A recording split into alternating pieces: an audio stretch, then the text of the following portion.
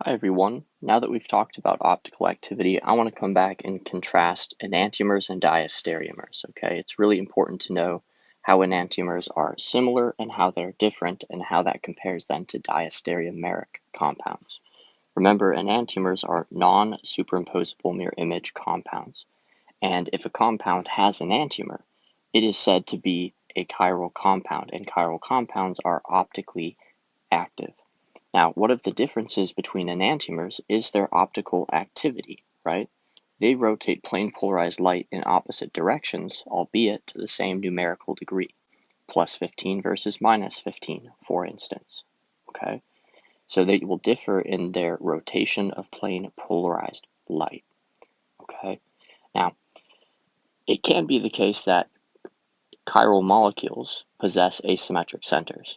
It's also possible to have things called atrope isomers, which are chiral compounds that lack asymmetric centers. Okay, let's take a look at a couple pairs of enantiomers that have asymmetric centers. Remember, if they're asymmetric center containing, they will be complete opposites in configuration.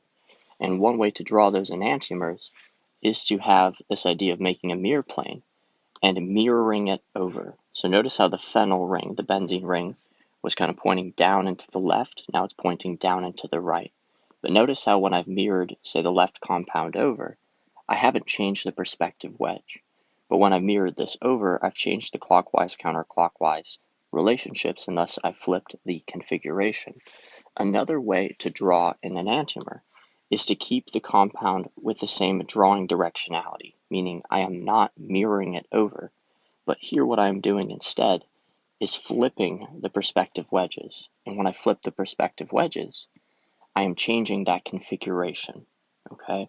You can do one or the other. You can't mirror and change the wedge, okay? That would be like flipping it and flipping it back. You can do one or the other. You can mirror it over and keep the same wedges, or you can keep the same drawing directionality, not mirroring it over, but flip the perspective wedges at the asymmetric centers. And if there were multiple asymmetric centers, you would have to flip them at each asymmetric center. Okay? Now, enantiomers, what are their similarities? Enantiomers actually have the same physical properties. They have the same melting point, boiling point, and the same solubilities. Okay? And in terms of chemical properties, they are going to react at the same rate with achiral reagents. Okay, I'm specifying that, achiral reagents. But one way in which they differ now, let's think about that, right? We already mentioned optical activity. They rotate light in opposite directions to the same degree. They will also interact differently with other chiral species. So they interact the same with achiral reagents. However, if we have chiral reagents, they would react at different rates with those chiral species. And also they have different interactions with receptors and or enzymes, okay? Receptors in your body are built off of a chiral motif, and so are enzymes. For instance, you can digest pasta. Our gut enzymes are able to do that, right? But we can't take bark off the tree and eat it and expect to really, digest that well.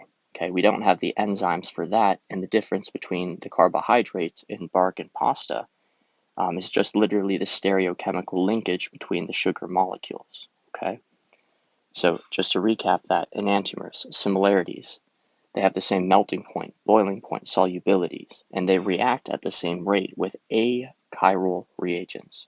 How they will differ? They differ in their optical activity and in the way they interact with other chiral species. Okay?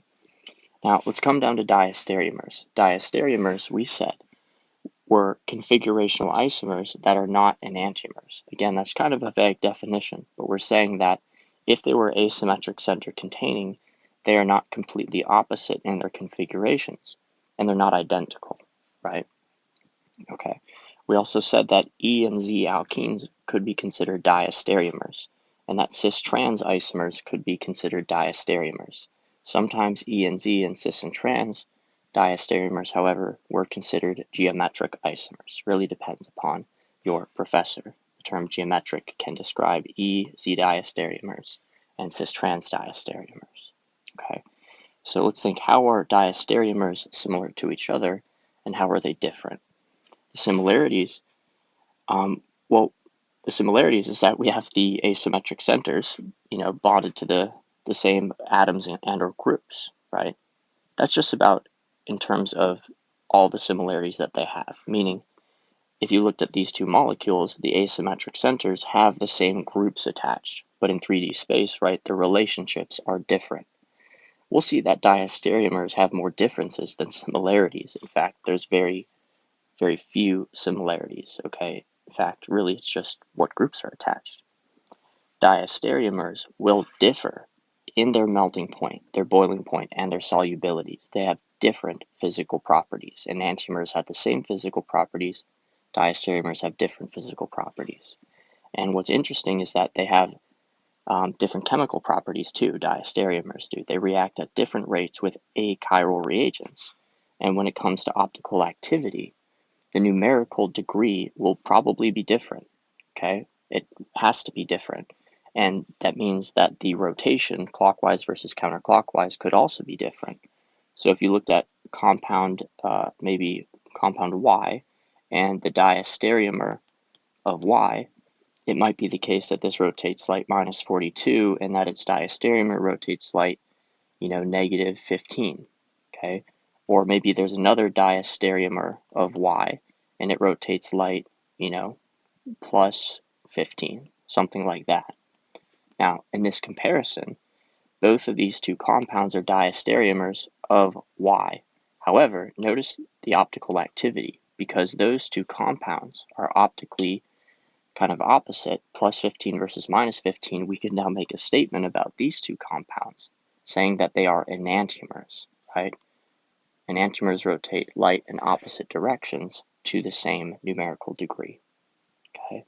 And lastly, of course, diastereomers would react at different rate with other chiral species, and they would also have different interactions with your receptors and or enzymes, all right? So let's recap this. Enantiomers have the same physical properties. They have the same chemical properties in terms of reacting with achiral reagents.